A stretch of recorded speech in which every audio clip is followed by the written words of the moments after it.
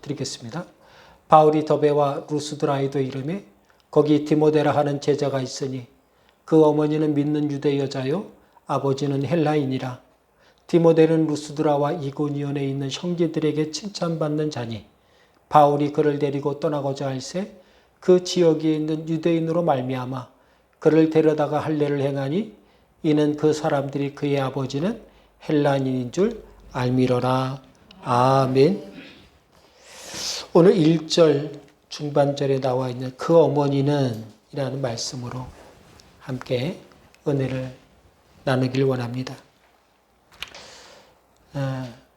미국의 1700년대를 살았던 두 가문이 있는데 바로 맥스 주크와 조나단 에드워드라는 두 가문이에요.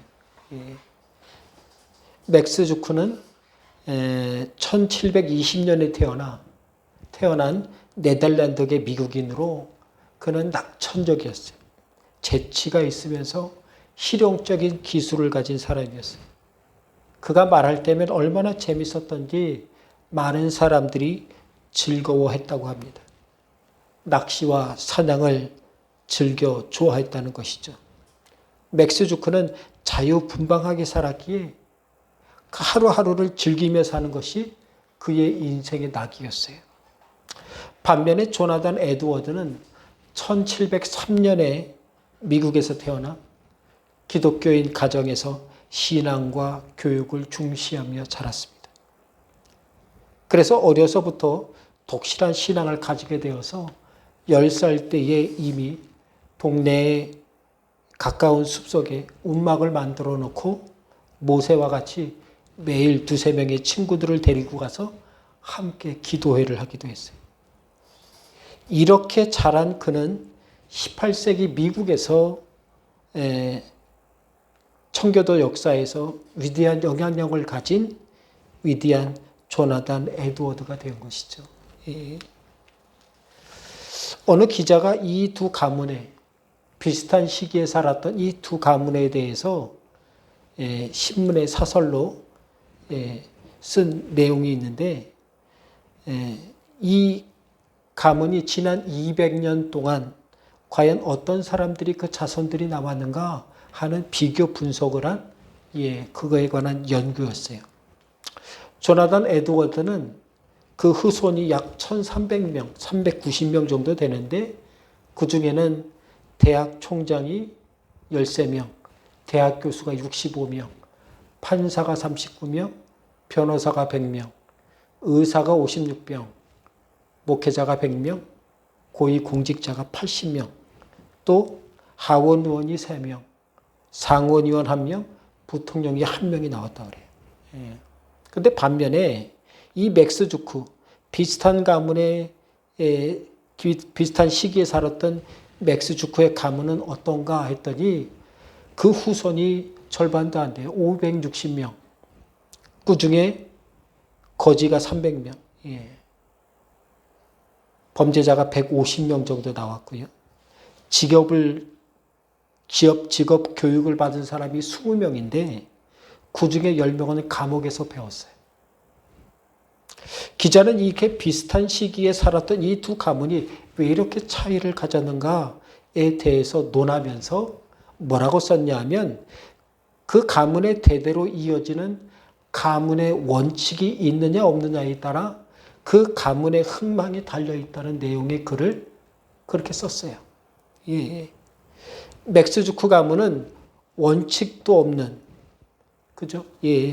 자기가 자유분방하게 살았고 하루하루를 즐겨 살아서 자녀에게 물려줄 게 없어요, 별로. 되는 대로 살라는 것이죠.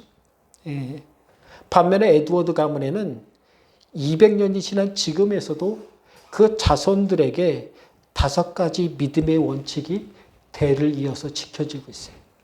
그게 뭔가 하면 첫 번째가 목숨이 붙어있는 한 전력을 다해서 하나님을 위하여 살아라. 다른 사람을 깎아내리는 말이나 행동을 절대 하지 말아라. 어떤 말이나 행위도 안갚음이나 복수심으로 하지 마라. 걱정거리가 되거나 부끄러운 일은 절대 하지 말아라. 예. 여기에 더해 조나단 에드워드는 그의 어록의 다섯 번째도 있네요. 예. 모든 시간은 창조적이며 건설적으로 쓰고 흘려보내지 말아라. 그리고 겸손한 만큼 사람을 마귀의 소나기에서 벗어나게 하는 것은 없다. 라는 게 가문 대대로 그 부모에서 자녀로 계속 이어졌다는 거예요. 성도 여러분, 우리도 각 가정마다 부모로부터 내려오고 나로부터 시작되는 믿음이 흘러내려가야 할 줄 믿습니다. 이게 신앙의 가풍이에요. 예. 그래서 사람이 힘과 능력으로 세상을 살아가는 것에 급급한 것이 아니라 하나님의 은혜를 알고 하나님의 돌보심을 인정하는 믿음의 가문이 든든히 이 땅에서 세워져 살아가는 귀한 비결이라는 거예요. 예. 오늘 본문에도 보니까 예수의 제자로 자라난 디모데를 언급하면서 그 어머니에 대해서 오늘 본문 1절은 뭐라고 말합니까? 바울이 더베와 루스드라에도 이름에 거기 디모데라 하는 제자가 있으니 그 어머니는 믿는 유대 여자요 아버지는 헬라인이라 이렇게 말씀해 주고 있습니다. 디모데의 부모에 대해서 그 어머니는 믿는 유대 여자요 아버지는 헬라인이라고 말해주는 거예요. 오늘 디모데에게 있어서 신앙의 유산을 흘려보내고 살았던 그 어머니에 대해서 함께 살펴보며 함께 은혜를 나누는 어버이 주일의 말씀 되길 원합니다. 첫 번째로 디모데의 어머니는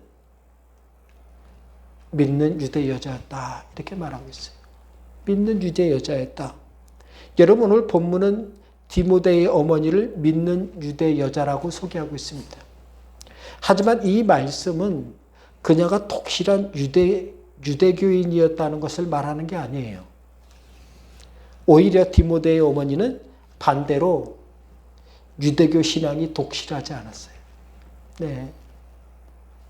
왜냐하면 우리가 알다시피 이스라엘에서 유대교 신앙이 철저하고 또 유대교 신앙이 깊으면 깊을수록 이스라엘 사람들은 남자가 됐든 여자가 됐든 웬만해선 절대 이방인과 결혼하지 않습니다. 그런데 오늘 본문 1절을 보니까 디모데의 어머니는 누구와 결혼했습니까? 헬라인과 결혼했어요.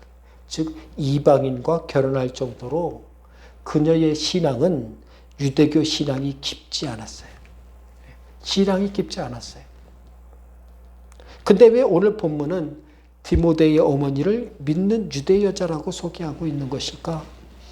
오늘 본문이 말하고 있는 디모데의 어머니의 그 믿음은 유대교 신앙을 말하는 게 아니에요. 예수 그리스도를 믿는 기독교 신앙의 눈을 떴다는 것을 말해주고 있는 거예요. 유대인으로서 이방인과 결혼해서 아들 하나 낳았어요. 여러분 디모데의 어머니 입장이 되어보세요. 어떻게 가정을 꾸리고 어떻게 자녀를 키워야 하겠습니까? 이방인의 피가 흐르는 아들이 어디 가서도 대접받지 못해요. 유대인에게 대접받지 못해요. 예. 이방인들에게는 또 유대인이라고 대접받지 못해요. 그러니 자식 하나, 이 디모데 하나 키우는 게 얼마나 마음 쓰이고 신경 쓰이는지 몰라요. 아이러니한 것은 그렇게 유대교 신앙에 투철하지 못했던 이 디모데의 어머니가 유대인들이 보기에는 너무나도 큰 허물을 가졌던 이방인과의 결혼과 아들 디모데의 이룬 이 가정이 예수를 믿으면서 주의 성도로 살아가게 되는 귀중한 기회를 유대교 신앙이 깊지 않기 때문에 갖게 되었다는 거예요. 그렇죠? 그러니 여러분 내게 지금 부족하고 연약하고 좀 억울함이 많다고 낙심하지 마세요. 디모데의 가정처럼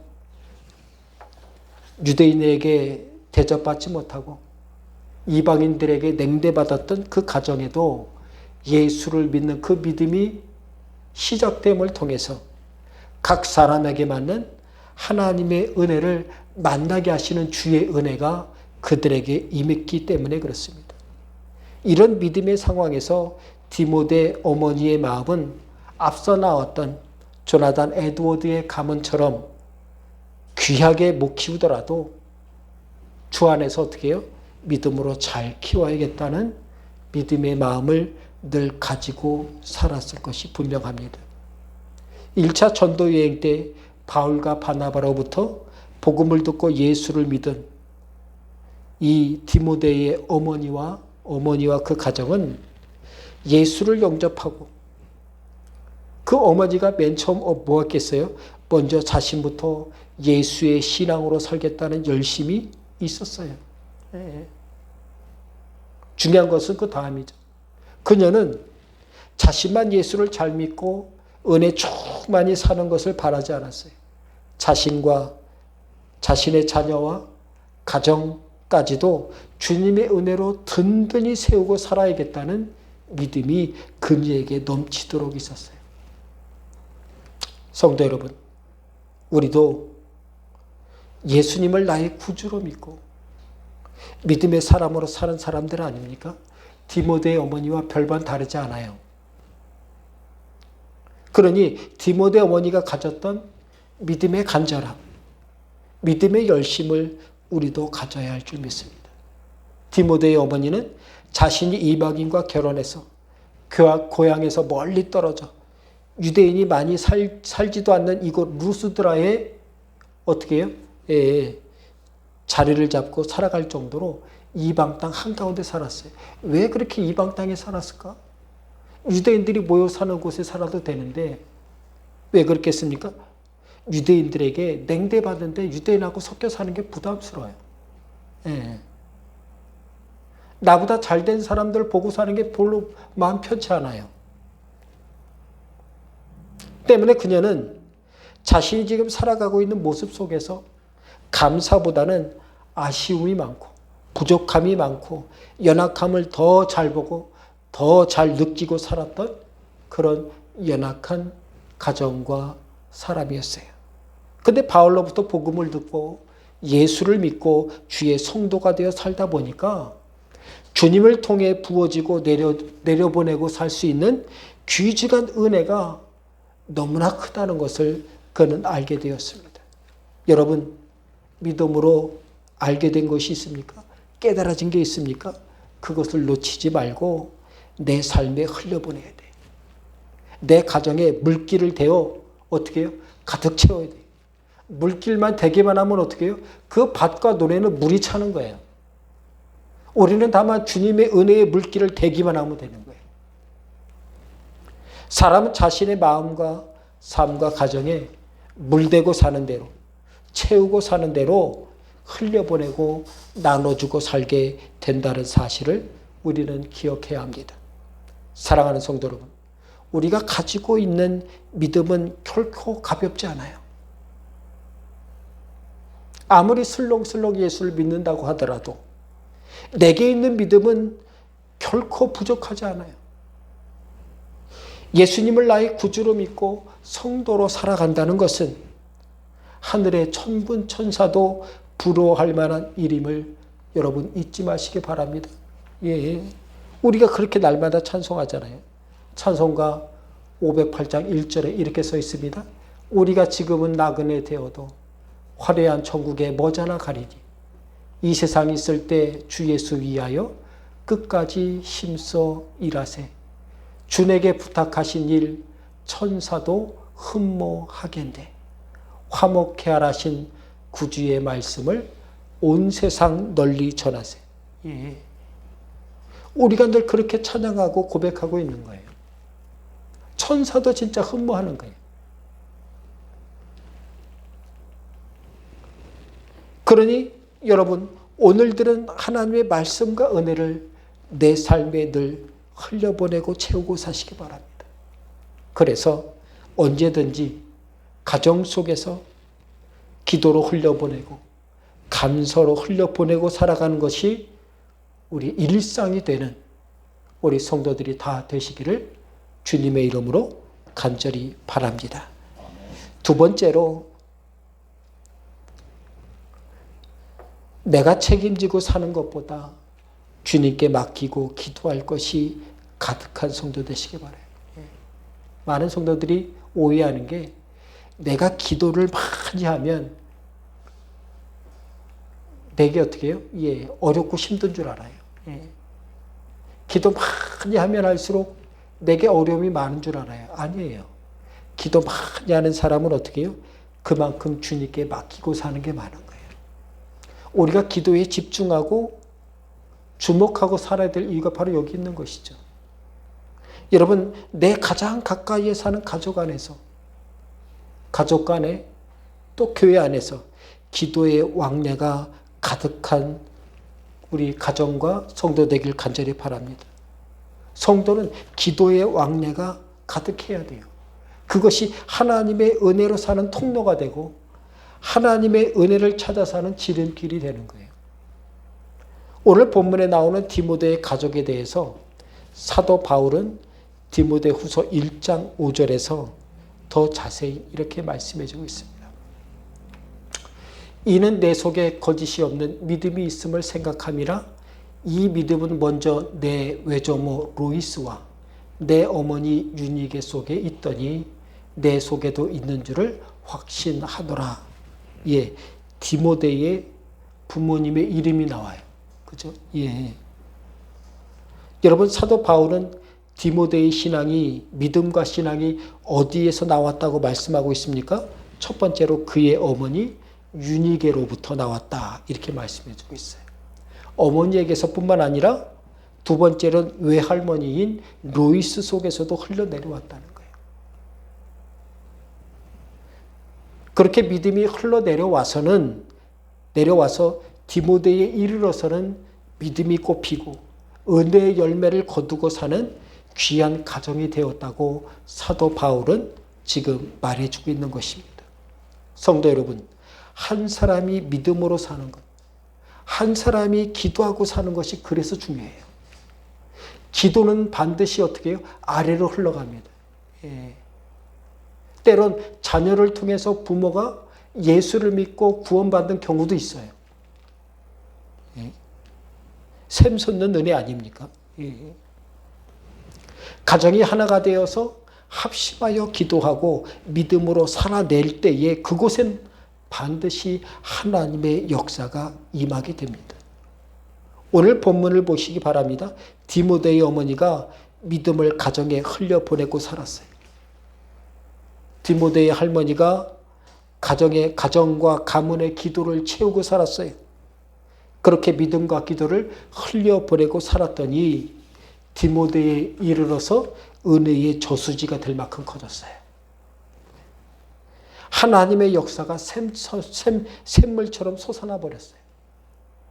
여러분, 저수지가 있으면 가뭄이 와도 걱정이 없어요. 농사 짓고 사는데, 먹고 사는데 문제가 없어요. 그 저수지는 누가 줍니까? 사람이 주지 않아요. 하나님이 주시는 거예요. 하나님이 채워주시는 거예요. 우리는 다만 믿음의 물길만 되면 되는 거예요. 믿음의 꽃을 피고 성령의 열매를 거두고 사는 역사가 바로 우리가 믿음으로, 말씀으로 귀 기울이고 고백하고 사는 믿음에 달려있다는 거예요. 여러분, 옛날에 아궁이에 불을 떼면 불을 지핀 그 방만 따뜻하게 되잖아요. 건너방에 사는데 이쪽 방에 불 떼면 아무 소용없어요. 우리도 인생도 마찬가지입니다. 걱정의 방에 불을 잔뜩 떼고 살면 살수록 걱정의 방만 후끈후끈하게 되는 거예요. 고민의 방에 불을 떼고 땔감만 잔뜩 집어넣으면 그 방 굴뚝에 연기가 가득 피어오르지 않겠어요? 성도는 믿음에 불 붙이고 살아야 돼요. 믿음의 심령에 장작을 집어넣고 살아야 돼요. 그 장작이 뭡니까? 말씀이 되기도 하고요. 예배가 되기도 하고 기도가 되기도 하는 거예요. 따라서 우리는 기도의 장작, 말씀의 장작, 예배의 장작을 날마다 군불 떼듯이 떼서 우리의 심령이 따뜻해지고 포근해지고 강건해지는 귀한 심령들이 다 되어야 할 줄 믿는 것이죠. 성도는 우리의 가정과 교회에 기도의 불을 붙이고 말씀의 땔감을 시시때때로 놓고 살아야 돼요. 그래야 그 집이 때를 따라 따뜻해지고 포근해지는 거예요. 온 가족이 뭐예요? 우리는 오늘 본문을 통해서 이방인의 피가 흐르는 디모데가 예수의 제자, 바울의 수제자가 된 것이 절대 우연이 아니라는 사실을 알게 됩니다. 디모데의 신앙의 자리, 은혜의 자리는 거저 생긴 게 아니에요. 예수의 믿음으로 가정을 세우고 하나님의 은혜로 자녀를 충만케 하려는 할머니와 어머니와 온 가족의 기도의 헌신, 믿음의 헌신 때문에 가능했다는 사실을 우리는 알 수 있습니다. 또 당시 유대인들이 흔히 부인을 언급하면서 남편도 함께 말하는 것이 성경에 언급하는 게 당연시 됐어요. 그래서 그 믿음이 어떠한지는 알 수 없지만은 디모데의 어머니의